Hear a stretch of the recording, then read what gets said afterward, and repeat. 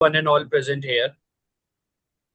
We, Sikasa CIRC, welcome you all in this successful webinar of how to tackle and solve the tricks that we are facing while giving our exams, or how to sit in that 3 hours. A very respected CA Nitin Gupta sir, Chairman Sikasa CIRC of ICI, Shivangi Agarwal, Secretary Sikasa, are our speaker and our speaker of the day, Shivang Bajaj, Treasurer Sikasa. I welcome you all in this webinar. Now I request Chairman Sikasa sir, CA Nitin Gupta sir, to address us all. Thank you. Thank you very much, Yash Yaswal, the Vice Chairman of Sikasa CIRC, Shivangi Agarwal, Secretary, Sikasa CIRC, Yash, and Shivang Bajaj, a Treasurer, Sikasa CIRC, and also to our guest speaker, and all the FCAs, a very warm good afternoon to all of you. आज का जो हमारा topic है ये ultimately how we have to face the exams और during examination how we have to spend इस के ऊपर आज हमारे साथ शिवांग बजाज हैं जिनके पास एक अच्छा एक्सपोजर है और मुझे लगता है कि all of us will be benefited by his guidance. जो स्टूडेंट्स अभी सितंबर में अपीयर कर रहे हैं एग्जाम्स के लिए उनके रोल नंबर्स भी आ चुके हैं और वो अपने रोल नंबर्स भी डाउनलोड कर सकते हैं। All the best to all of you for your future endeavour and a happy learning to all of you friends. साथ ही साथ आज मेरे साथ ये मुकेश कुमार सिंह जी भी हैं। उन्हें एक बहुत अच्छा एक्सपीरियंस है, is also a good speaker. और मैं चाहूंगा कि सर भी अपने वर्ड्स ऑफ विजडम से हम सभी को बेनिफिट दें। सर के वर्ड्स ऑफ विजडम के लिए सर को मैं बुलाना चाहूंगा। Thank you, C. Nitin Gupta sir, for giving me this opportunity and whole team of Picasa. मैं आज बच्चों से सिर्फ 3 क्रूशियल बातें करना चाहूँगा। ये क्रूशियल थिंग्स जो आपके एग्जाम के लिए बहुत इम्पोर्टेंट होगा। तो मेरा जो एक्सपीरियंस है आप उस पर थोड़ा ध्यान रखेंगे तो डेफिनेटली आप बहुत अच्छा कर जाएंगे। पहला जो थिंग है वो जो ये स्टडी मटेरियल है, खासकर वो जो प्रैक्टिस मैनुअल है, आप उसको छोड़ें नहीं, उसे जरूर पढ़ के जाएं 1 2 3 बार जितना संभव हो पाए। वो बहुत क्रूशियल है क्योंकि क्वेश्चन वहीं आते हैं और क्वेश्चन के जो आंसर में जो की वर्ड्स होते हैं वो सारे वहीं मिलेंगे आपको। जो सी इंस्टीट्यूट चाह रहा है कीवर्ड्स वो आपको प्रैक्टिस मैनुअल में और स्टडी मटेरियल में ही मिलेगा।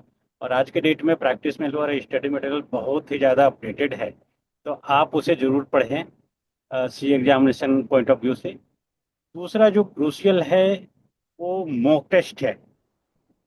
मॉक टेस्ट हर पेपर का आप 2 से 3 बार सेल्फ अपने घर में 3 घंटे का एग्जाम होता है तो आप 2.5 घंटे का एक समय लें और पूरी ईमानदारी से मॉक टेस्ट दें और अगले दिन उस चीज़ को चेक करें। तो आपको आपका सेल्फ असेसमेंट ज़बरदस्त तरीके से होगा, वो बहुत हेल्पफुल है। 3 3 बार मॉक टेस्ट हर सब्जेक्ट का जरूर करें।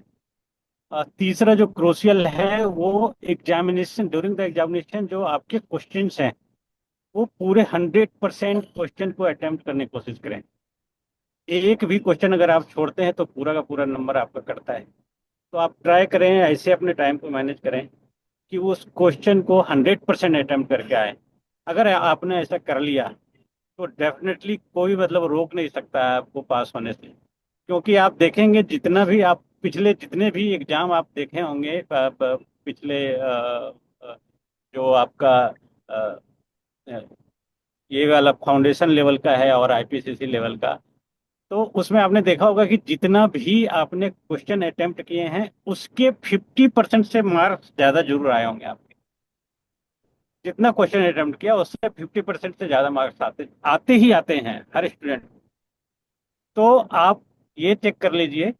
तो आपको बस करना क्या है, 100% क्वेश्चन अटेम्प्ट करेंगे तो उसका 50% से ज़्यादा मार्क्स आएगा ही आएगा।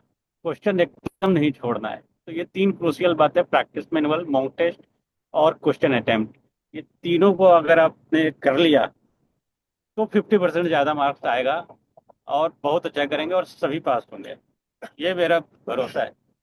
तो थैंक यू। मेरे पास टाइम नहीं है। हमारे आज के शिवांग बजाज जी आपको गाइड करेंगे अच्छे से, आज के speaker. Thank you sir, Shivang sir. Thank you very much, Mukesh sir, for guiding us and for their words of wisdom. So now over to Yash. Thank you. Thank you so much, CA Mukesh sir, for the guidance to our CA students.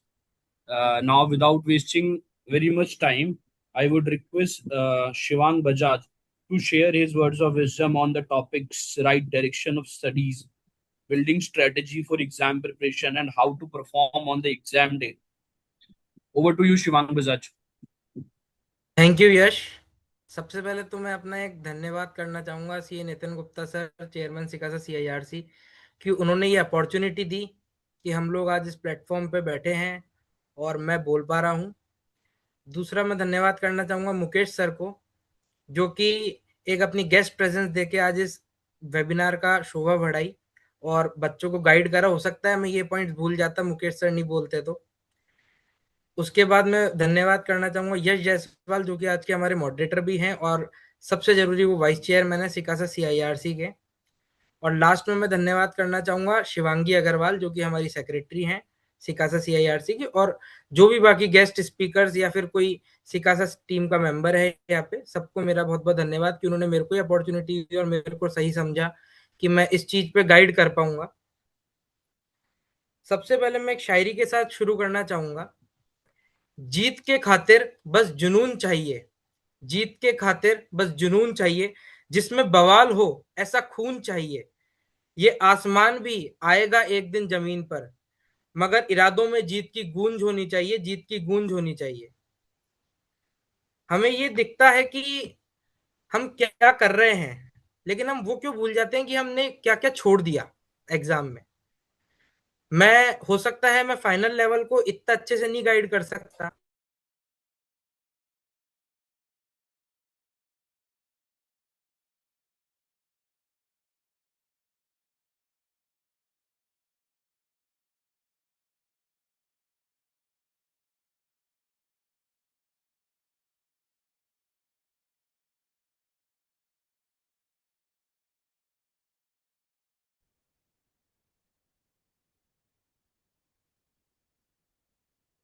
हाँ, due to some electrical cut there is some issue in between. लेकिन हम ये क्यों भूल जाते हैं कि हम क्या नहीं कर रहे हैं।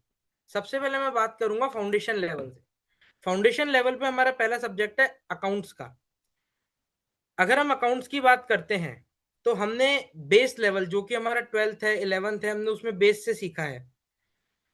अगर आप लोग सबसे पहले हम देखते हैं, चाहे फाउंडेशन में हो चाहे इंटर में हो, हम लोग जर्नल जरूर बनाते हैं। एग्जाम में एक ना एक क्वेश्चन आएगा ही आएगा जर्नल का। उस जर्नल में जब हमने फाउंडेशन बेस में सीखा था तो हमने देखा था कि हम लोग लेजर फोलियो का एक कॉलम बनाते थे। आज वो कोई नहीं बनाता है। हम लोग लिखते थे इन दी बुक्स ऑफ, आज वो कोई नहीं लिखता है।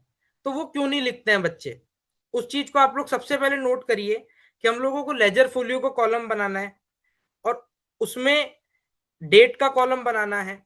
जर्नल में इन चीजों के सबके नंबर होते हैं एग्जाम में, क्योंकि मार्किंग स्कीम मैंने एक बार देखी थी, तो इन सब चीजों के नंबर होते हैं। और मतलब वो जो आपका एग्जामिनर, जो इन्विजिलेटर आपका पेपर चेक कर रहा है, वो उन चीजों के नंबर काट लेता है। एक हम कभी भी जर्नल में ऊपर नहीं लिखते कि बोले इन दी बुक्स ऑफ, वो क्यों नहीं लिखते हैं, उस चीज के भी नंबर है वहां पे। आपका जो इन्विजिलेटर है वो सब चीजें देख रहा है, वो उन सब चीजों के एक एक चीजों के नंबर काटता है। फिर अगर हम अकाउंट्स की बात करें तो हम एक टी शेप्ड अकाउंट बनाते हैं, जो कि हर लेजर अकाउंट को हम देखते हैं तो उस अकाउंट में हम ऊपर कभी भी बच्चे डेबिट क्रेडिट नहीं लिखते, लेफ्ट और राइट साइड में ऊपर अकाउंट से। वो क्यों नहीं लिखते हैं, क्योंकि उन चीजों के नंबर हैं एग्जाम में, तो हमें वो लिखना ही लिखना चाहिए। एक मैं बात करता हूँ लॉ की। तो लॉ में मेरे से बहुत सारे बच्चे पूछते हैं, और मैंने जब ये गूगल फॉर्म भी देखा था हमारे जो वेबिनार का, उसमें भी बहुत सारे बच्चों का क्वेश्चन था कि सर क्या हम लोग लॉ में बिना सेक्शन के आंसर लिख सकते हैं? तो मैं उस टाइम मतलब चाय पी रहा था घर में, मम्मी चाय दे रही थी, तो मैंने एक चीज सोची, मैंने कहा क्या बिना चाय पत्ती के चाय बन सकती है? अगर बिना चाय पत्ती के चाय नहीं बन सकती तो हम बिना सेक्शंस के लॉ में आंसर नहीं लिख सकते। क्यों? क्योंकि जब कोई टीचर चेक कर रहा है तो वो या तो प्रैक्टिसिंग चार्टर्ड अकाउंटेंट है या फिर वो उस सब्जेक्ट का बहुत ही बड़ा ज्ञाता है। अगर वो उस चीज को चेक कर रहा है तो उसमें इशू रहेगा। और आगे जाके अगर कोई बच्चा लिटिगेशन करता है तो प्रैक्टिस करता है, तो क्या आपको लगता है कि वो बच्चा उस चीज में विदाउट एनी सेक्शन के वहां पर लड़ सकता है केस? अगर नहीं तो हाँ, सेक्शन बहुत ही जरूरी है, सेक्शन का नंबर होता है। और एक चीज आप यकीन मानिए, मैं बोल रहा हूँ आज इस प्लेटफॉर्म पे इतने बड़े, कि जो सेक्शन है अगर आप वो लिखेंगे और उसके थ्रू याद करने की कोशिश करेंगे किसी भी चीज को, तो आप लोग जल्दी याद कर पाएंगे, लॉ को जल्दी समझ पाएंगे। ये चाहे मैं डायरेक्ट टैक्स हो चाहे इनडायरेक्ट टैक्स हो, चाहे वो हमारा लॉ हो, और चाहे मैं कहता हूँ एडवांस अकाउंट्स में भी एएस का बहुत महत्व होता है। ऑडिटिंग में भी स्टैंडर्ड्स ऑन ऑडिटिंग का बहुत महत्व होता है। आप लोग उनको प्लीज लिखिए और उसका यूज आप अच्छे से करिए। उसके अलावा मैं बात करता हूं, एक जो मुकेश सर भी बोल के गए, मॉड्यूल्स की। अगर मैं मॉड्यूल पे बात करूं तो मॉड्यूल जो है हमारे सीए राजेश शर्मा सर, जो कि बीओएस चेयरमैन है इस समय, वो भी ये चीज बोलते हैं कि मॉड्यूल जो है अगर आप उनसे पढ़ेंगे तो आपको ऐसा हो ही नहीं सकता कभी भी कोई इशू रहे। तो बच्चे उस चीज को ऐसे सोचते हैं, उनको बहुत क्रिटिसाइज भी करते हैं। हम लोग भी बहुत सारी कॉन्फ्रेंसेज में जाते हैं, वो भी आते हैं, हमेशा मिलते हैं, तो बच्चे बहुत क्रिटिसाइज करते हुए भी मिलते हैं कि यार बोले वो मॉड्यूल से पढ़ने से क्या ही हो जाएगा, बोले वो तो ब्लैक एंड व्हाइट होता है हमारा मॉड्यूल इंस्टीट्यूट का, और बोले जो टीचर्स के मॉड्यूल होते हैं अलग अलग, जो फैकल्टीज में किसी का नाम नहीं लूंगा, उनके मॉड्यूल्स बोले बहुत ही कलरफुल होते हैं। तो आप एक चीज सोचिए ना कि आज हमारे जो दादाजी हैं वो उस जमाने से आए हैं जब ब्लैक एंड व्हाइट ही चलता था, तो आज उनमें आपसे ज्यादा नॉलेज होगी ना। तो वो ब्लैक एंड व्हाइट में नॉलेज बहुत ज्यादा है। आप कभी कंपेयर करके देखना आपका इंस्टीट्यूट का मॉड्यूल और आपका कोचिंग इंस्टीट्यूट का मॉड्यूल, आपको इतना फर्क दिखेगा कि आप लोग भी सोचेंगे बोले हाँ यार एक बार तो इस मॉड्यूल से पढ़ के देखते हैं। और मैं आपको इंश्योर करता हूं कि अगर आप उस मॉड्यूल से पढ़ते हैं तो आप फॉर श्योर पास होंगे अपने एग्जाम को, और आप लोग बहुत ही अच्छा करेंगे। उसके अलावा मैं एक चीज ये बोलना चाहूंगा, अभी एएफएम का पेपर आया, हालांकि मैंने फाइनल नहीं दिया था। एएफएम का पेपर आया तो उसमें कुछ क्वेश्चंस जो थे वो बाहर के आए, लास्ट टू लास्ट अटेम्प्ट। अब वो बाहर के आए तो लोगों ने, बच्चों ने ये बोला कि यार बोले ये तो बाहर से दिया इंस्टीट्यूट ने। और कुछ फैकल्टीज ने जो कि अपने अंदर से ये बोलते हैं कि बोले ये पेपर एआई से आया है, और बहुत ही अभद्र भाषा, अब्यूजिव वर्ड यूज करे हमारे बिलवेड इंस्टीट्यूट आईसीआई के लिए। वो कहते हैं बोले पेपर एआई से बना है। तो क्या पहली बात तो एआई से हम लोग यूज नहीं कर रहे हैं। आज आप लोग आंसर नहीं देखते कि एआई से हमको क्या आंसर करना चाहिए पेपर में या क्या नहीं करना चाहिए, या कैसे पेपर में लिखना चाहिए, क्या पैटर्न रहेगा। या एक दिन पहले हम लोग एबीसी एनालिसिस भी उससे देखते हैं। हम लोग सब एआई को यूज कर रहे हैं, लेकिन बस उसमें वो फैकल्टी ने बोल दिया तो हम लोगों को ये लगता है कि वो एआई जो है वो गलत है। नहीं, पहली बात तो इंस्टीट्यूट कभी एआई से पेपर नहीं बनाता है। बहुत बड़ा एक पैनल होता है इंस्टीट्यूट का जो कि बैठता है पेपर बनाने के लिए। उसके अलावा मैं कहता हूं अगर लोग कहते हैं एआई से भी बना है, तो आप लोगों को एआई से कॉम्पीट करना है ना आगे फ्यूचर में भी। तो क्यों वो टीचर्स अपना कॉम्पीट नहीं करते हैं और क्यों वो चीजों को नहीं पढ़ाते हैं जो कि एआई दे पा रहा है? एआई से भी अगर पेपर बना है तो वो मॉड्यूल से बना है, मॉड्यूल के बाहर से नहीं है। मॉड्यूल के बाहर से कभी पेपर आया तो इंस्टीट्यूट ने बोनस मार्किंग दी है। इसलिए कोई भी ये कहता है कि एआई से पेपर बना है, ये चीज को आप लोग बिल्कुल मत मानिए। एआई से पेपर बना है या फिर कोई भी इंस्टीट्यूट के लिए अब्यूजिव लैंग्वेज या कोई भी गलत वर्ड यूज करता है, अभद्र भाषा यूज करता है, तो आप लोग प्लीज उसको क्रिटिसाइज करिए। आप लोग हो सके तो ऐसे लोगों को मतलब कम प्रमोट करिए। लोग उन लोगों को ज्यादा प्रमोट करते हैं जो गलत बोलते हैं, जबकि वो लोग जो सही बोलते हैं उनको कम रिकॉग्निशन मिलता है। एक चीज सबसे पहले मैं पूछना चाहूंगा, अभी एक क्रैट का फॉर्म आ रखा है, committee for review of education and training, क्रैट कमिटी ने एक फॉर्म निकाला है, वो कितने लोगों ने भरा है? प्लीज आप लोग जो भी यहाँ बैठे हैं उनमें से जो भी है, कोई सीए भी है या कोई सीए नहीं है, सब लोग उस फॉर्म को भर सकते हैं। प्लीज कमेंट करके बताइए कितने लोगों ने भरा है। और मेरा ऐसा मानना है, इतने सारे कमेंट्स आ रहे हैं, बहुत बच्चे यस कह रहे हैं, बहुत बच्चे नो भी कह रहे हैं, मेरा ये मानना है मोस्टली बच्चों ने नहीं भरा है। 80% बच्चों ने वो फॉर्म नहीं भरा है ऑल ओवर इंडिया। आप लोग अपने दोस्तों को भी उस चीज के लिए बोलिए कि 18 अगस्त लास्ट डेट है, आज ही लास्ट डेट है उसका, आज ही आप लोग अभी रात तक भर सकते हैं। प्लीज अपने दोस्तों को भी ये बोलिए वो क्रैट का फॉर्म भरिए। आप लोग ये कहते हैं इंस्टीट्यूट चेंजेस नहीं लाता, अब वो चेंजेस ला रहा है। पहले 5 साल में लाता था, आज वो 3 साल में ला रहा है। अब वो 3 साल में भी चेंज ला रहा है, तो आप लोग को ये इशू है कि वो चेंजेस क्यों ला रहा है इंस्टीट्यूट। और इंस्टीट्यूट को चेंजेस लाने के लिए आप लोग रोक नहीं सकते हैं, तो आप लोग उसमें अपना योगदान तो करिए कि आप लोग इंस्टीट्यूट को बताइए कि हम ये चाहते हैं। होना नहीं होना वो इंस्टीट्यूट के हाथ में है, वो ना मेरे हाथ में है, ना नितिन सर के हाथ में है, ना किसी और के हाथ में है। आप लोग ये तो बताइए कि हम ये चाहते हैं। हो सकता है कि आपकी बात को कंसीडर किया जाए वहां पे, वो बहुत बड़ी कमेटी है, उन्होंने वो फॉर्म निकाला है। मैं उस फॉर्म की बात नहीं करना चाहूंगा, फॉर्म मेरे पास मतलब अच्छे से पढ़ा है कि क्या क्या चीजें उसमें है। किसी को कोई डाउट हो तो लास्ट में पूछ भी सकता है, लेकिन मैं उसकी बात नहीं करता हूँ। अपने को वो फॉर्म भरना चाहिए। मैंने भी भरा है, शिवांगी, यश, इन लोगों ने भी भरा है। प्लीज आप लोग भी भरिए वो फॉर्म, और उस फॉर्म के थ्रू आप लोग इंस्टीट्यूट को बताइए कि आप लोग क्या चाहते हैं। आपके किसी दोस्त ने नहीं भरा है तो उससे भी भरवाइए वो फॉर्म। जैसे कि लोग बोलते हैं, बोले 3 साल की ट्रेनिंग वापस हो जानी चाहिए, वो सब ऑप्शन है उस फॉर्म में कि आप लोग भरिए तो सही। उस फॉर्म में ये भी पूछा गया है कि इंडस्ट्री एक्सपोजर कैसे लाया जाए सीए फील्ड में, वो भी उस फॉर्म में है। आप लोग भरिए तो अपने आप पता लगेगा कि कैसे इंडस्ट्री एक्सपोजर लाना चाहिए। इंस्टीट्यूट को भी पता लगे कि बच्चे क्या चाहते हैं, और आप लोगों को भी ये हो कि हम लोगों की बात इंस्टीट्यूट ने सुनी है। उसके बाद मैं बात करना चाहूंगा, जैसा कि मैं जानता हूं कि बच्चे पूछते हैं कि बोले क्या हमारे को सेक्शन लिखना चाहिए, उसका मैंने एक आंसर दे दिया है, अभी मेरे पास चैट में किसी का आया था। एक बच्चे पूछते हैं कि क्या बोले हमारे को जो इंस्टीट्यूट का मॉड्यूल है उसके बाहर से जो टीचर का मॉड्यूल है या क्या क्लासेस लेनी चाहिए। मैं कहता हूं बिल्कुल क्लासेस लो, कोई क्लासेस की मनाही नहीं है, या हम इधर किसी भी टीचर को डिमोट नहीं कर रहे हैं, हम प्रमोशन भी नहीं कर रहे हैं। लेकिन क्लासेस लो, क्लासेस से समझो हमारे को क्या करना है, लेकिन खुद का माइंड यूज करो कि हमारे को ये करना है और ये एग्जाम में लिखना है, क्योंकि वो 3 घंटे आप बैठोगे, टीचर नहीं बैठेगा किसी भी हाल। दूसरा, एक चीज ये और कि वो 3 घंटे हम क्या करें, बोले हमारे को स्ट्रेस हो जाता है, हम लोग माइंड से हमारे को नहीं पता हमको क्या करना चाहिए। देखो, पहली बात तो इंस्टीट्यूट का सबसे बड़ा एक अच्छा स्टेप ये था कि वो एमसीक्यू लाया, और एमसीक्यू के बाद पहले एमसीक्यू का पेपर 15 मिनट में नहीं मिलता था, अब वो पेपर 15 मिनट में भी मिलने लग गया है। तो आप लोग वो 3 घंटा 15 मिनट हो गया आपके पास टोटल टाइम एग्जाम का। आप लोग कोशिश ये करो कि जो एमसीक्यू उसको पहले सॉल्व करो। 45 मिनट्स अराउंड आप एमसीक्यू में दो, फिर भी आप लोगों के पास 2.5 घंटा बचेगा। वो 2.5 घंटे में वो 70 नंबर का पेपर हो सकता है किसी भी हाल।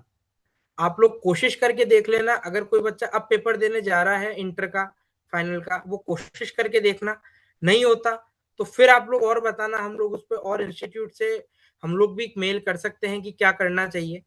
लेकिन आप लोग एक बार प्लीज कोशिश करके देखिएगा कि क्या इंस्टीट्यूट ने जो 15 मिनट दिए हैं वो हमारे लिए यूजफुल है कि नहीं है, और आप लोग पेपर दीजिएगा। मैं इंश्योर करता हूँ कि अगर आप लोग जिस तरीके से स्ट्रेटेजी हम बता रहे हैं करते हैं तो आप लोग पास जरूर होंगे, इस चीज में कोई इशू नहीं आएगा।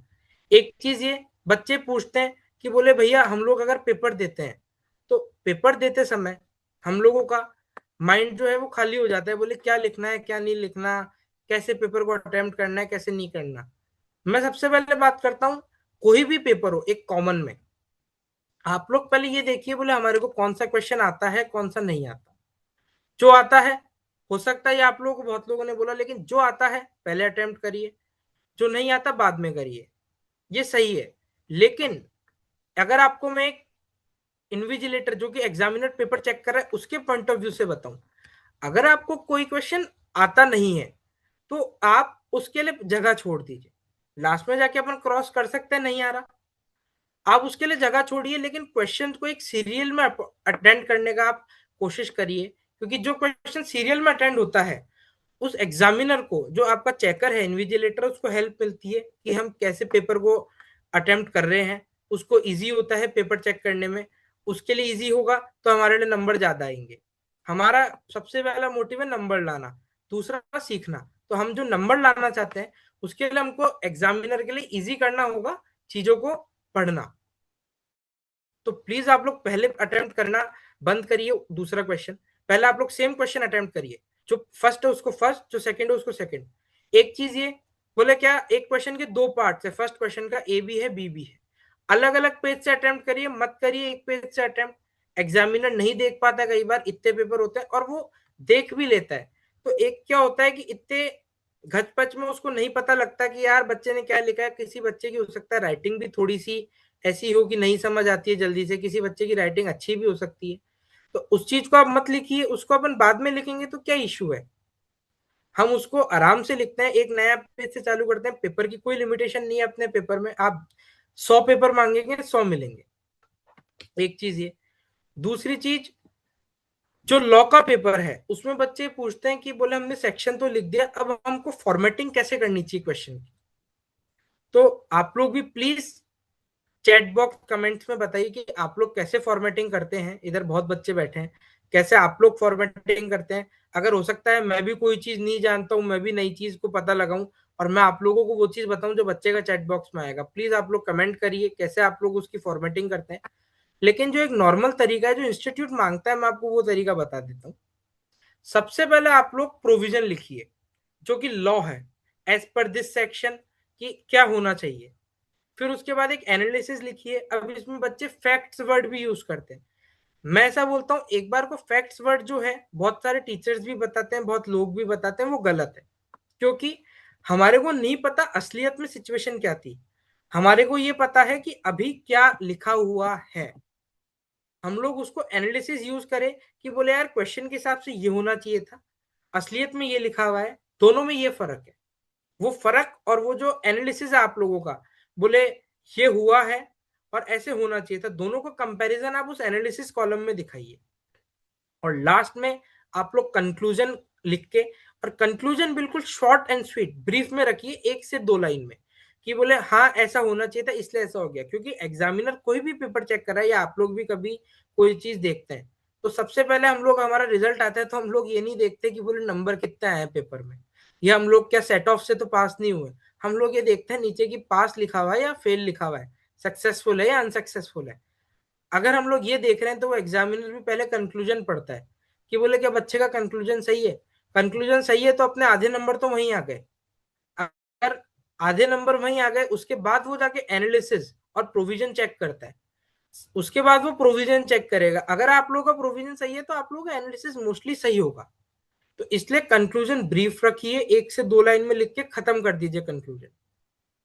उसके बाद हम आते हैं कि क्या चीजें हमारे को करनी चाहिए। जैसे कि हम लोग जब पेपर अटेंड कर ले, लॉ का ही मैं बात कर रहा हूं, उसमें एक ये ऑडिट का भी आया है, अभी बताते हैं इस चीज को।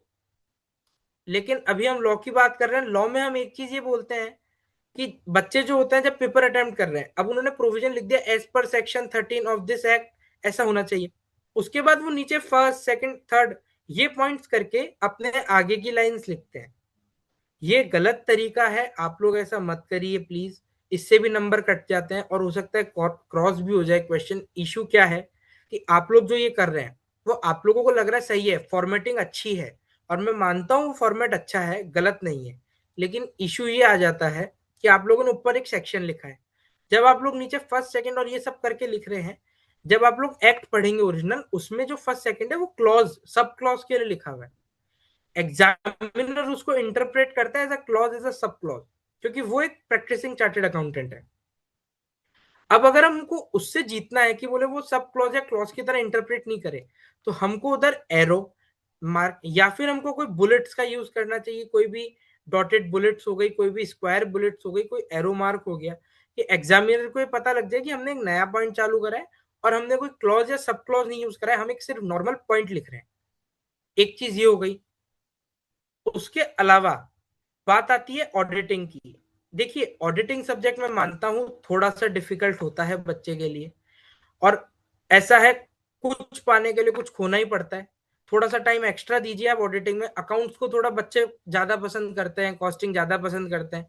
आप आधा घंटा उसको कम पढ़ लीजिए कि हमारे को ठीक है, हमारे को आता है तो हम उसको और अच्छा कर लेंगे, मैं मानता हूँ, लेकिन उसको आधा घंटा कम पढ़ेंगे और आप ऑडिटिंग को टाइम देंगे तो मोस्टली आप पास करेंगे।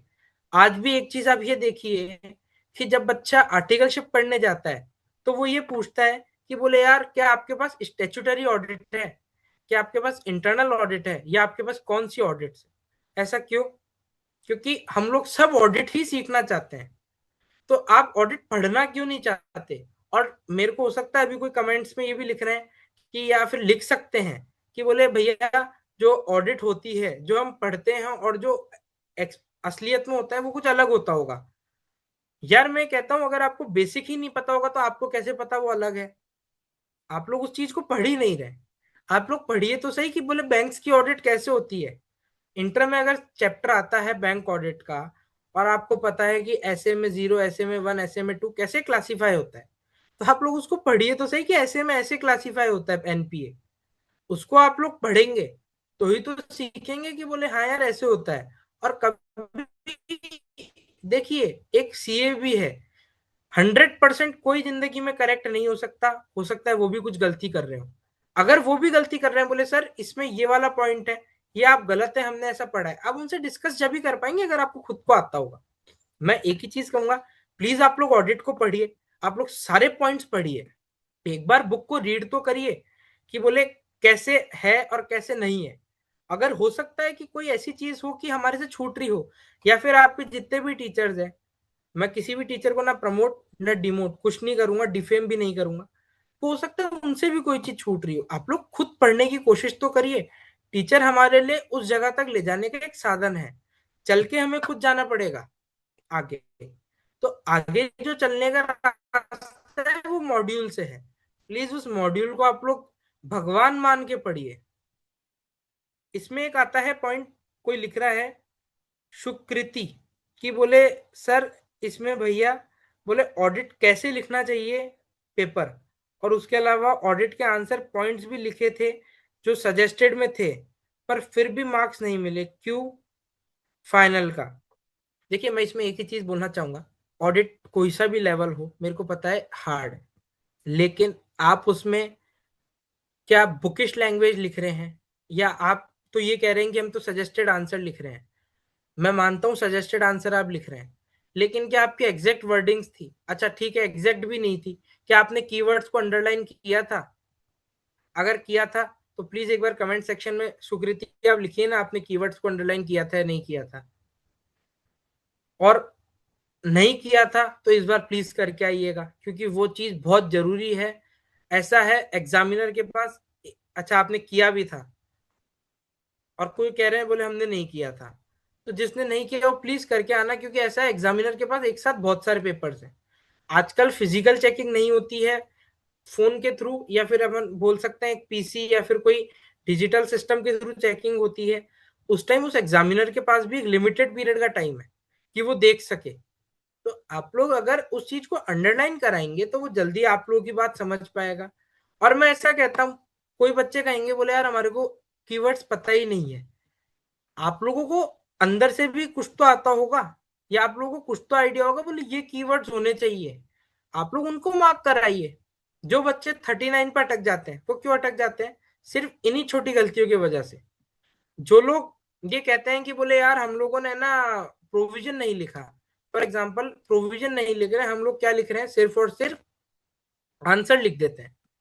तो यार ऐसा है, एक चीज मैं आपको बताता हूं, जैसे अभी मैं किसी का पेपर देख रहा था, प्रैक्टिस पेपर था, मेरा एक फ्रेंड ही था, उसने उस पेपर में क्या कर रखा था, उससे ट्रू फॉल्स पूछा, उसने ट्रू और फॉल्स लिख दिया, ये नहीं लिखा वो क्यों ट्रू और क्या फॉल्स है, क्योंकि प्रोविजन उसको याद नहीं था। देखिए मैं आपको बताता हूं, कभी भी इस तरीके का क्वेश्चन है एग्जामिनर नंबर नहीं देगा, वहां नंबर सिर्फ और सिर्फ प्रोविजन के साथ आप एनालिसिस लिखेंगे तो एक एक्स्ट्रा एडेड एडवांटेज है, पहले प्रोविजन फिर कंक्लूजन और लास्ट में एनालिसिस आता है नंबर के मामले में। तो आप लोग प्लीज पहले प्रोविजन लिखिए, अच्छे से लिखिए, याद करिए चीजों को, थोड़ा सा बुकिश लैंग्वेज भी देखिए, जरूरी है। क्योंकि मैं एक चीज बताता हूँ, हो सकता है यहाँ से बहुत लोग हैं जो कि आगे हो सकता है लिटिगेशन में जाए। अगर वो लोग लिटिगेशन में जाते हैं तो उनको लॉ की लैंग्वेज पता होनी चाहिए। बिना लॉ की लैंग्वेज के कोई आपको क्लाइंट केस नहीं देगा, और क्लाइंट अगर केस ही नहीं देगा तो हम कमाएंगे क्या, और हमारा सीए करने का क्या ही फायदा है अगर हम लिटिगेशन में जाके और केस नहीं आ रहा। इसलिए प्लीज मेरी एक रिक्वेस्ट है, आप लोग प्लीज वो चीज लिखिए जो कि जरूरी है, अंडरलाइन करिए पॉइंट्स को, और देखिए कि कैसे हम उस चीज को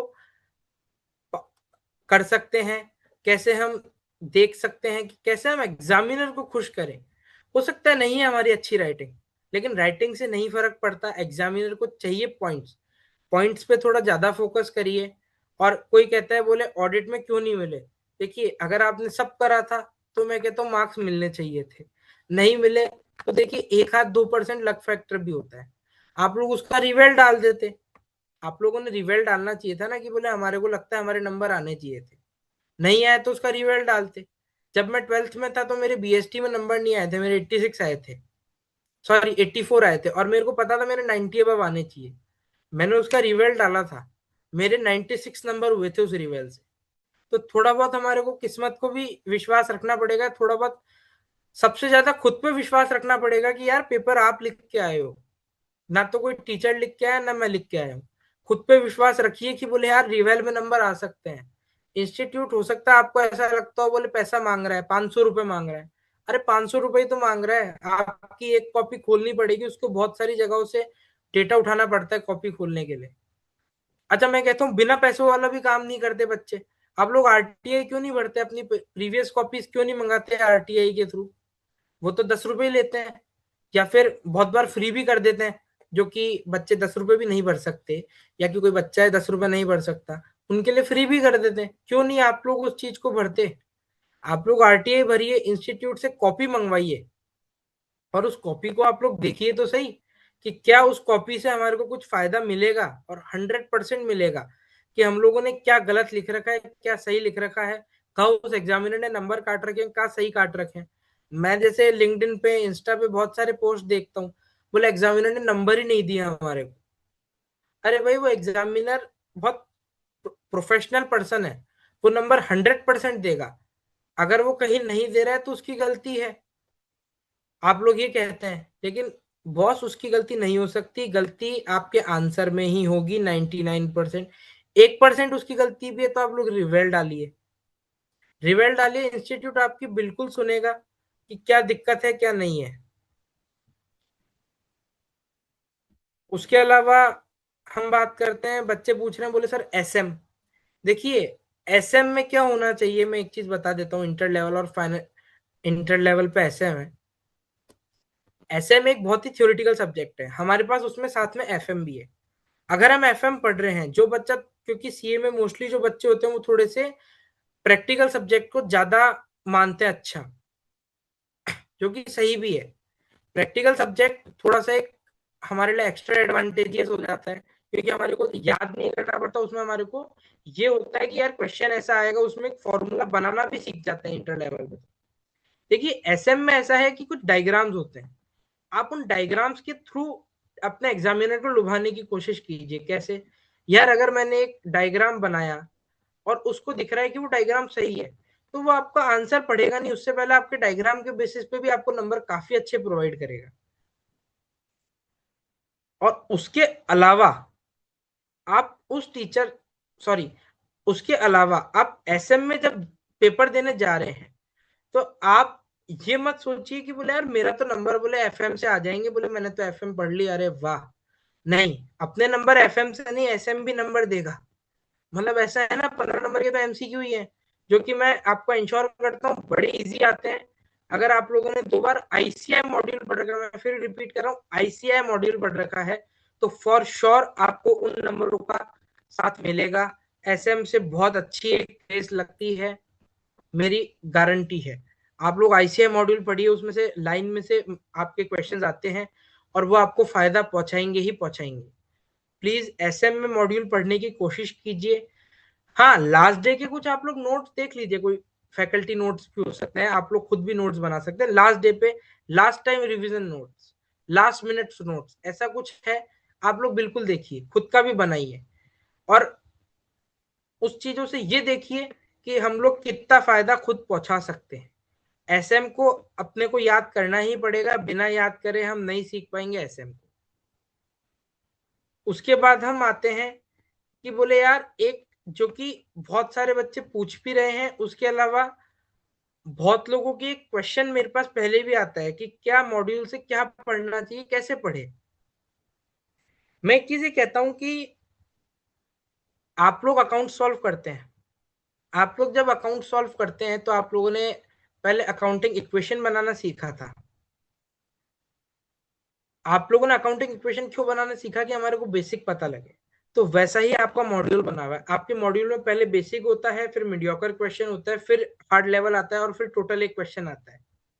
आप लोग प्लीज उस मॉड्यूल के इलस्ट्रेशंस को, खासकर आईसीआई अच्छे क्वेश्चंस बनाता है इलस्ट्रेशंस में से, इलस्ट्रेशंस और जो आपके प्रैक्टिस क्वेश्चंस है उनको आप 2 बार हाथ से लिख के सॉल्व करिए। बच्चा ये सोचता है अगर कि मैं अगर उस क्वेश्चन को कैलकुलेटर पे सॉल्व करके और मैं एग्जाम पास कर लूंगा। बॉस, नहीं कर सकते एग्जाम पास अपन कैलसी पे सारे क्वेश्चन सॉल्व करके, क्योंकि अपने में से कोई भी एल्बर्ट आइंस्टाइन नहीं है कि हम सारे क्वेश्चन कैलकुलेटर पे सॉल्व कर लो और एग्जाम में जाके लिखते हैं। हमारे को 2 बार प्रैक्टिस करनी ही पड़ेगी।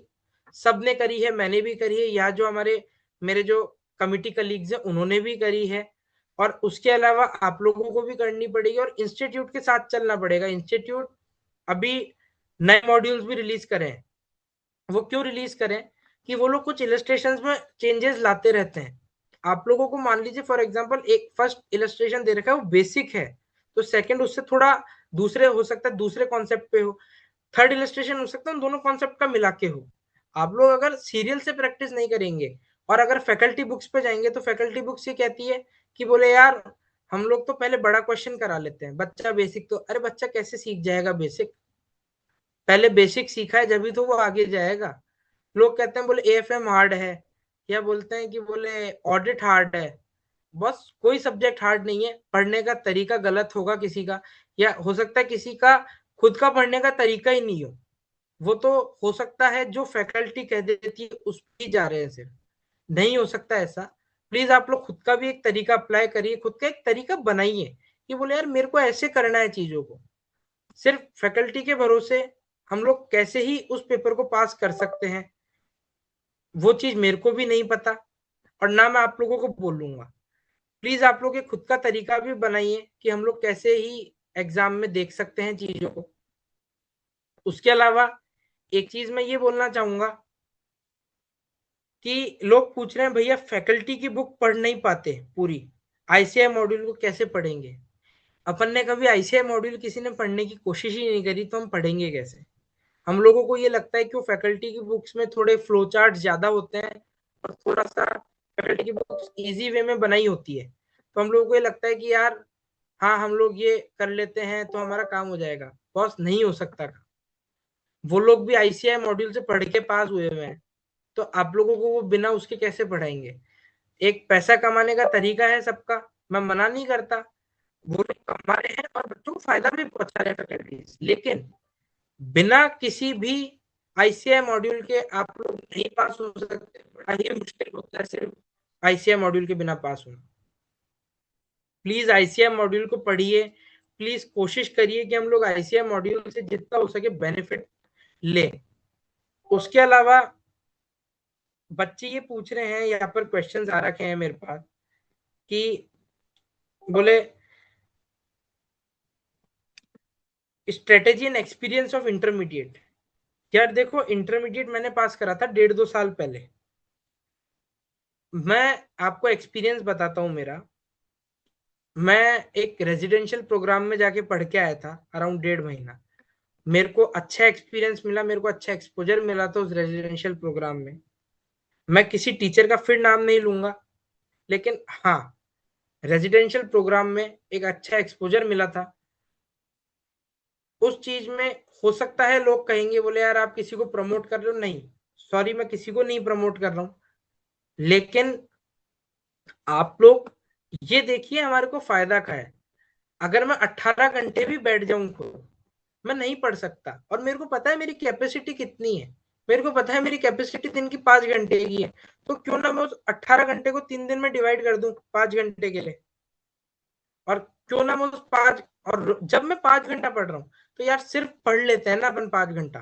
5 घंटा पढ़ने से अगर मेरे को पता है मैं पास हो सकता हूँ, तो 5 घंटा तो पढ़ ही लेते हैं।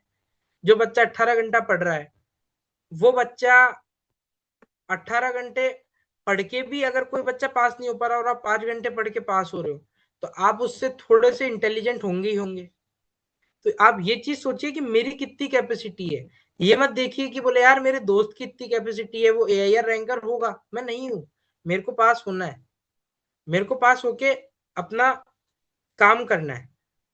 एआईआर रैंकर बनना मेरा पहला मोटिव है, पास होना दूसरा है रैंक लाना। रैंक आ जाती है तो गलत नहीं है। जस्ट अ सेकंड, कोई नेटवर्क में इशू बता रहा है, जस्ट अ सेकंड, मैं एक बार रीज्वाइन कर लेता हूँ।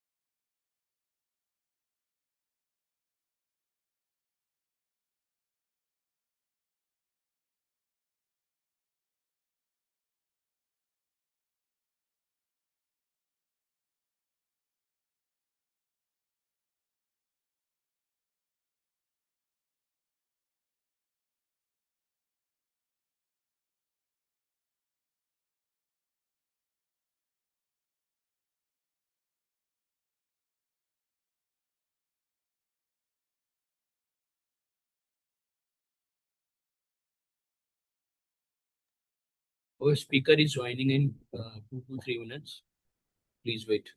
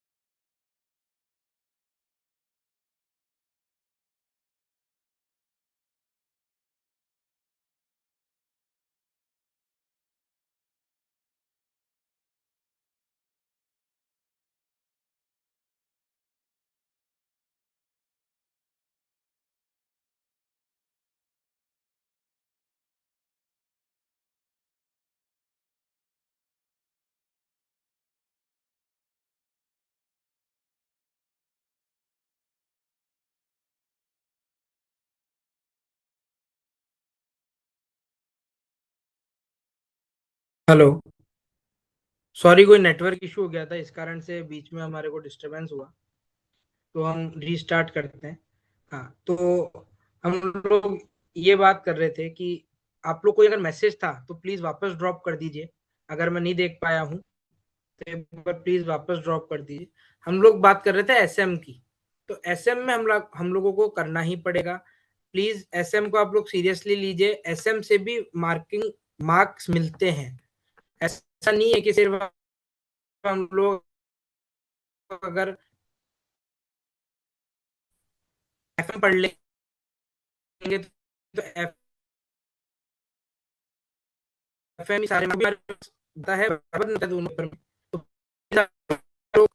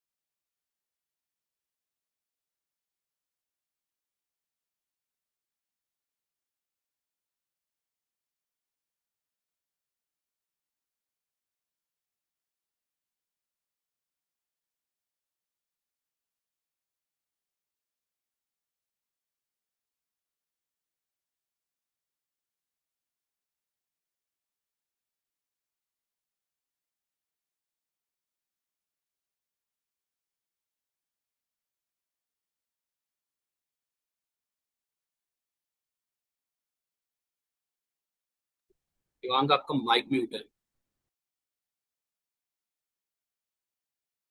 सॉरी, एक बार वापस से कुछ टेक्निकल के चलते हुए लीक हो गया था। मैं ये कह रहा था कि हम लोग कितना सीरियसली एसएम को सीरियसली अगर हम लोग एफएम को भी पढ़ेंगे और एफएम को जितना सीरियसली पढ़ते हैं उतने सीरियसली एसएम को भी पढ़ेंगे, हमारे श्योर नंबर में हमारे को बहुत अच्छा हाइट और बहुत अच्छा एग्जाम देखने को मिलेगा। अगर कोई बच्चे ने अभी तक पेपर नहीं दिया है एक बार, तो आप लोग अभी भी सीरियसली एसएम को लीजिए। दूसरा, अगर किसी ने दे दिया और नहीं पास हुआ, तो ऐसा नहीं है कि वो आप लोगों का एसएम नहीं दिलाती हूँ। आप एक बार प्लीज एसएम को बोलिए, क्योंकि होता क्या है, दोनों पार्ट में से एक पार्ट हमेशा थोड़ा सा हार्ड रहेगा। बच्चे सोचते हैं कि मैं प्रैक्टिकल है एसएम को मैं करूंगा, ऐसा नहीं है कि एफएम आप कर ही लेंगे, इतना इजी नहीं होता। आप लोग एसएम भी कभी इजी आ सकते हो, एसएम जब इजी आता है तो इतना इजी आता है तो उसमें मार्क्स स्कोर करना भी बहुत इजी हो जाता है। तो इसलिए आप लोग एसएम को भी लीजिए, और आप लोग जरा जो भी क्वेश्चन है उस क्वेश्चन को डालिए। जैसे कि क्वेश्चन को लेते हैं, क्योंकि हम इस सेशन को फिर वाइंड अप करेंगे 15 मिनट में। जो भी क्वेश्चन है प्लीज डालिए, क्या क्वेश्चन है, किसी को भी कोई क्वेश्चन है तो पूछिए। शिवांग आपकी वॉइस ब्रेक हो रही है काफी। हाँ, वो देखा मैंने मैसेज। कोई अभी आ रही है, ठीक आ रही है? हाँ, अब ठीक है। तो किसी को भी कोई क्वेश्चन है तो प्लीज वो चैट बॉक्स में अपना क्वेश्चन एक बार पोस्ट करिए, हम उस क्वेश्चन को लेते हैं। और किसी को और कोई सब्जेक्ट के लिए कुछ समझना है तो हम लोग वो भी एक बार ले सकते हैं। अभी हमारे पास टाइम है, प्लीज आप लोग डालिए, आप लोगों का जो भी कुछ है पूछ लीजिए।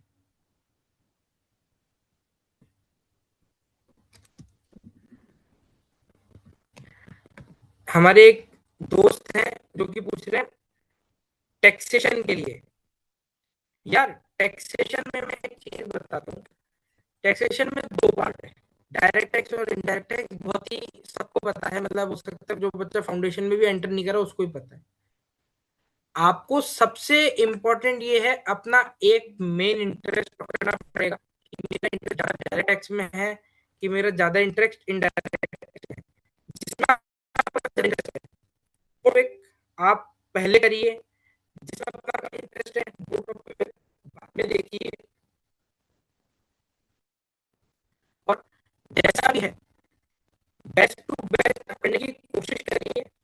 फॉर श्योर एक ना एक आपको जस्ट समझ आएगा, सब्जेक्ट अच्छे से समझ आएगा। और आप ऐसा नहीं है कि बोले मेरा डायरेक्ट ज्यादा इंटरेस्ट डायरेक्ट टेक्स्ट में था, मैंने भैया इनडायरेक्ट टेक्स्ट छोड़ दिया। नहीं यार, इनडायरेक्ट टेक्स्ट नहीं छोड़ सकते। दोनों का 50-50 नंबर का वेटेज होता है पेपर में। दोनों का वेटेज 50 नंबर है तो यार इज्जत दोनों को बराबर होनी चाहिए। मेरा इंटरेस्ट उसको मैं ज्यादा पढ़ लूंगा, मैं नहीं है उसको मैं थोड़ा एक बार कम पढ़ूंगा, लेकिन पढ़ूंगा दोनों को। अगर मैं एक को भी छोड़ दूंगा तो इशू क्या आएगा कि जो दूसरे को नहीं पढ़ूंगा उसमें नंबर कटेंगे, और इतने ज्यादा कटेंगे कि फिर मैं उस चीज को कवर नहीं कर पाऊंगा।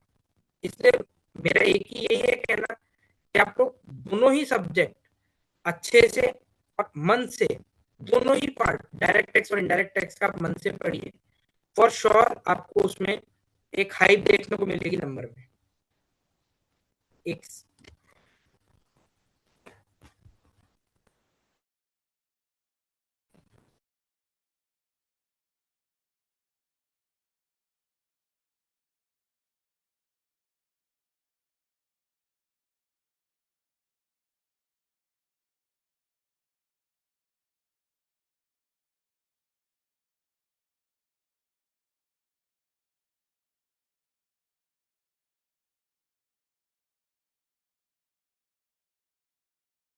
Your mic mute आपका।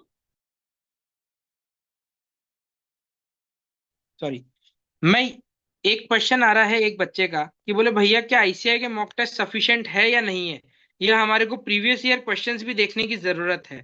देखिए मैं ये नहीं कहता कि आईसीआई के मॉक टेस्ट सफिशिएंट है या नहीं है, मैं ये कहता हूं कि प्रीवियस ईयर क्वेश्चंस भी इंपॉर्टेंट है। जैसे कि अगर मैं बात करूं फाउंडेशन लेवल की, आप लोगों के जो दो एमसीक्यू पेपर हैं, मैथमेटिक्स और इकोनॉमिक्स, आप लोग उन पेपर्स को अगर बहुत सारे एमसीक्यूज भी सॉल्व करेंगे ना प्रीवियस ईयर के, तो मैं आपको गारंटी से कह रहा हूं कि आप लोग जरूर पास कर पाएंगे वो पेपर। बात आती है इंटर लेवल पे, यार ऐसा है ना, क्वेश्चंस की भी एक लिमिट होती है। मतलब क्वेश्चंस की लिमिट मतलब जो इंस्टीट्यूट दे रहा है उसके पास भी एक लिमिट है कि वो ये 1000 क्वेश्चन ही दे पाएगा। वो हर बार नया कुछ एक ही तो लाएगा, बाकी तो रिपीटेटिव होंगे ही। तो आप लोग प्रीवियस ईयर सॉल्व करेंगे तो उस चीज से आपको काफी हेल्प मिलेगी। दूसरी चीज, एमसीक्यू टेस्ट की आपको एक खासियत बताता हूं मैं। एमसीक्यू की सॉरी, मॉक टेस्ट और आपके आईसीआई के जो बाकी चीजें मॉक टेस्ट आते हैं जस्ट एग्जाम से पहले, उसकी एक खासियत बताता हूँ। बच्चे हो सकता है नहीं ये चीज देख पाता हो, एनालिसिस नहीं कर पाता हो, लेकिन मैं एक चीज बताता हूँ। जो पेपर आपको एग्जाम से जस्ट पहले आ रहा है, उस पेपर से आपको ये जरूर पता लगेगा कि हमारा एग्जाम का इस बार का पैटर्न क्या आने वाला है। मैं ये नहीं कहता कि उस पेपर से आपको जो क्वेश्चंस आ रहे हैं वो आपके इस बार के पेपर में आ जाएंगे, नहीं, मैं ऐसा बिल्कुल नहीं कहता। लेकिन जो पैटर्न है वो आपको जरूर पता लगेगा कि इस बार इंस्टीट्यूट क्या नया ला सकता है, इंस्टीट्यूट कितना जा रहा है उसमें, कि बोले मेरे को कैसे अ, इस बार नया बच्चे को करना है इंट्रोड्यूस, कुछ नया क्वेश्चन इंट्रोड्यूस करना है। आपको जरूर आपके मॉक टेस्ट और आपके जो रिवीजन टेस्ट पेपर्स आते हैं जरूर पता लगेगा। एक आपका आता है, बच्चे पूछ रहे हैं how to manage time in descriptive and subjective.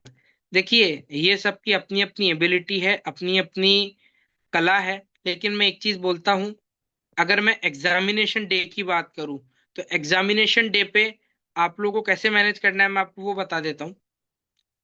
एक 45 मिनट्स, हमारे को 3 घंटा 15 मिनट मिल रहे हैं, 3 hours and 15 minutes, पूरे हो गए 95 मिनट्स। उसमें से एक 45 मिनट्स आप लोग एमसीक्यू को दीजिए। और मैं ऐसा कहता हूँ एमसीक्यू आप लोग कोशिश करिए शुरुआत में करें। उसका फायदा क्या मिलेगा, एमसीक्यू से बच्चे कहते हैं बोले यार हमारा तो दिमाग ही बन जाता है, बंद हो जाता है। मैं कहता हूँ बल्कि एमसीक्यू से दिमाग खुलता है। एमसीक्यू से दिमाग बंद नहीं होता, एमसीक्यू से दिमाग खुलेगा। आप लोग प्लीज उस एमसीक्यू को कोशिश करिए कि हम कैसे ले सकते हैं। और भी कोई बेस्ट तरीका हो तो मेरे को भी प्लीज आप कमेंट बॉक्स में बताइए कि बोले कोई बच्चा कहता है कि हमने ऐसे करा था और हमारे को ऐसे काफी फायदा मिला, तो हम लोग वो चीज दूसरे को भी बता पाएंगे। उसके अलावा एक बच्चा पूछ रहा opinion on whether to join सिकासा और नॉट। बॉस ऐसा है ना, सिकासा की बात तो हम अभी क्या करें, अभी हम पहले हम लोग बात कर रहे हैं हमारे एग्जाम की। एग्जाम पास करिए, सिकासा अपने आप लोग ज्वाइन करिएगा, कोई गलत नहीं है सिकासा ज्वाइन करना। आप लोग जरूर ज्वाइन करिएगा सिकासा। और उसमें आपको ये आपके वाइस चेयरमैन साहब है यश जायसवाल, ये 3 साल से रेगुलर वाइस चेयरमैन, 2 साल गाजियाबाद ब्रांच के भी थे, 1 साल हमारे सिकासा CARC के बने हैं। उसमें जरूर आप लोग सिकासा ज्वाइन करिए, आप लोग आगे जाइए। हम लोग तो यही चाहते हैं कि हमारे को यंग लीडर्स और नए मिले हम लोग, क्योंकि हम लोगों को भी तो एक छोड़ना है। उसके बाद हम बात करते हैं ओपिनियन नहीं, क्या CA फाइनल ICI के लेक्चर से क्लियर हो सकता है क्या, जो BOS पर होते हैं? देखिए, इस चीज पे मैं एक चीज ये कहना चाहूंगा कि डेफिनेटली सीए सीए फाइनल उससे अगर ICI कुछ प्रोवाइड कर रहा है तो क्लियर हो ही सकता है। आप लोग उसको लेके तो देखिए, कितने बच्चों ने कभी वो लेक्चर देखे हैं? हाँ, अच्छा, ये पॉइंट एक लिया, कितने बच्चों ने कभी वो लेक्चर देखे हैं? अगर लेक्चर नहीं देखे तो एक बार लेके देखिए। और अगर उसमें आप लोग चाहते हैं तो कुछ चेंजेस के लिए भी बोलिए ना ICI को, ICI फॉर श्योर चेंज करेगा। इसके बाद एक बच्चा पूछ रहा है कि वास्ट सिलेबस ऑफ DT। देखिए, मैं एक चीज बताता हूँ, बड़ा है तो जब आप लोग आगे जाके डायरेक्ट टैक्स में कभी प्रैक्टिस करेंगे तो कमाई भी तो उतनी होगी। आप लोग उसको आज ये क्यों सोच के पढ़ते हैं कि मैं सिर्फ एग्जाम के लिए पढ़ रहा हूँ?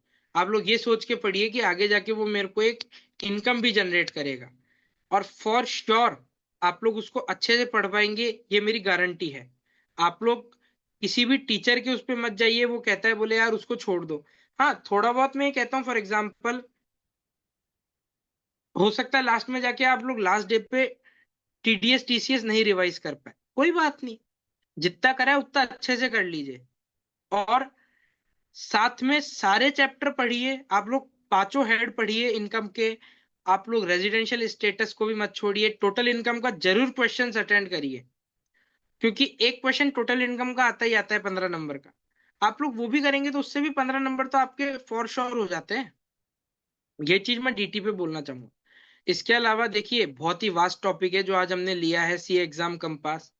मैं टाइम की शॉर्टेज है, हमारे पास भी 1.5 घंटा 1 घंटा ही था, हम लोग इसमें नहीं कवर कर सकते। आप लोग प्लीज, और भी कोई क्वेश्चंस है तो अभी पूछ लीजिए, हम लोग एक लास्ट 1-2 क्वेश्चंस और लेंगे। हमारे एक मित्र हैं यशवर्धन जी, वो पूछ रहे हैं कि if somebody is from non commerce background can he also do CA especially post graduation, what is your opinion? it is it worth doing at 22? देखिए, CA करना अच्छा है, लेकिन क्या आपकी फाइनेंशियल कंडीशन ऐसी है कि आप 2-3 साल और थोड़ा कम काम करेंगे, या काम के साथ आप पढ़ सकते हैं तो करिए, लेकिन क्या आपकी फाइनेंशियल कंडीशन ऐसी है कि आप कर सकते हैं तो बिल्कुल करिए CA। आपको मैं ये इंश्योर करता हूँ कि जब आप CA बन जाएंगे तो आपको CA जरूर इतनी वैल्यू प्रोवाइड करेगा या इतना पैसा कमा के देगा कि हो सकता है आपको कोई दूसरा प्रोफेशन इतनी जल्दी नहीं कमा पाता।